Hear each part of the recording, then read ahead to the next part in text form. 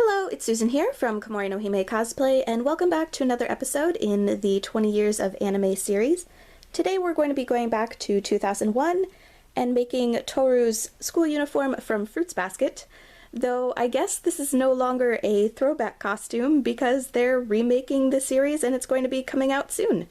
To make Tohru's school uniform top, I'm using New Look 6299, and I'm just using this pattern because I like the way it fits me. You can use any other pattern that you like that suits your taste. And the reason I'm not using a commercially available school uniform pattern with a sailor collar is because Tohru's collar ends almost beyond the bust. It's way lower than most school uniforms. So I figured I was going to have to make my own pattern for this, so I just sewed together a bunch of scrap fabric, that's why none of this matches, to create a mock-up, and then I used a marker to draw an outline for the collar and added seam allowance, and also marked where the bottom of the bodice is going to be and added that kind of triangle that's cut out of the front of it.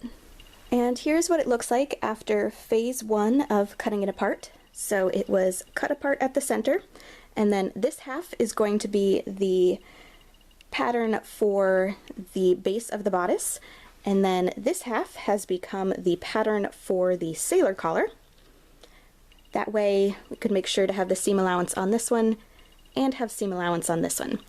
So now what we're going to do is to seam rip all of these pieces apart so that they can be used for the patterns for the bodice itself. So we'll have a center front piece, side front piece, side back piece, center back piece, and we don't have to worry about seam ripping the collar piece apart because it will lay flat just fine on its own, but because of the princess seams on this, it definitely needs to be split back into the 4 pieces.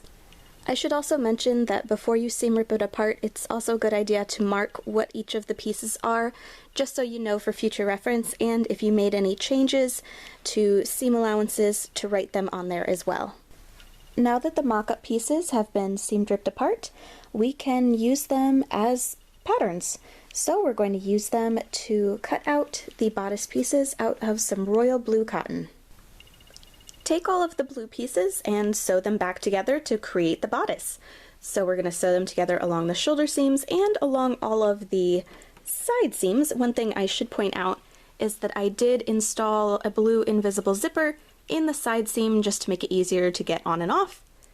And I installed it so that the zipper opens from the bottom. And to add the white stripe along the bottom of Tohru's shirt, I just enclosed the raw edge in some white bias tape.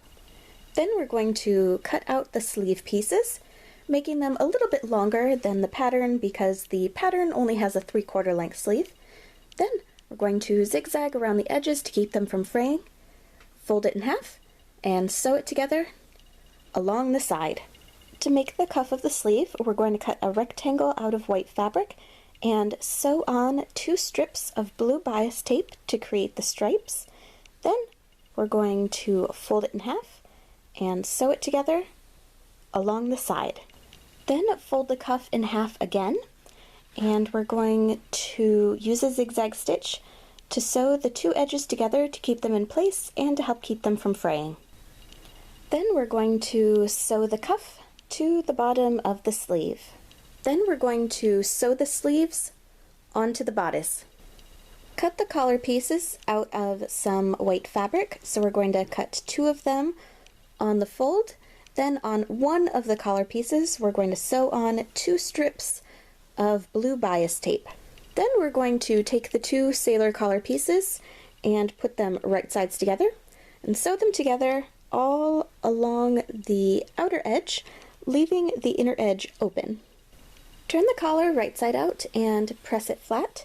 Then we're going to zigzag along the opening to keep the 2 edges together and to help keep it from fraying. Then we're going to sew the collar to the bodice. To make the insert piece in the front of Tohru's bodice, we're going to cut a diamond shape piece-ish, and then we're going to fold it in half. And now it's time to add the decoration. Sew bias tape to the panel, then insert it into the bodice and we're going to sew it into place.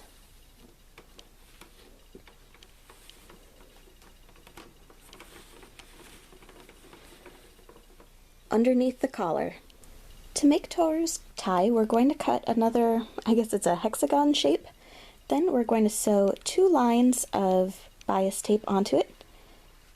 Next, we're going to fold it in half, and we're going to sew it together along each of the longer sides, leaving the top open. Turn the tie right side out and press it flat. Then we're going to zigzag along the top to help keep the 2 edges together and to help keep them from fraying. For the knot piece of the tie, we're going to cut a rectangle. Then we're going to fold it in half and sew it together along the long side. Turn the knot piece right side out and press it flat. Then we're going to zigzag along each of the raw edges. Now we're going to take it and fold it in half and sew it together along the side. Insert the tie into the knot, and we're going to hand sew it into place.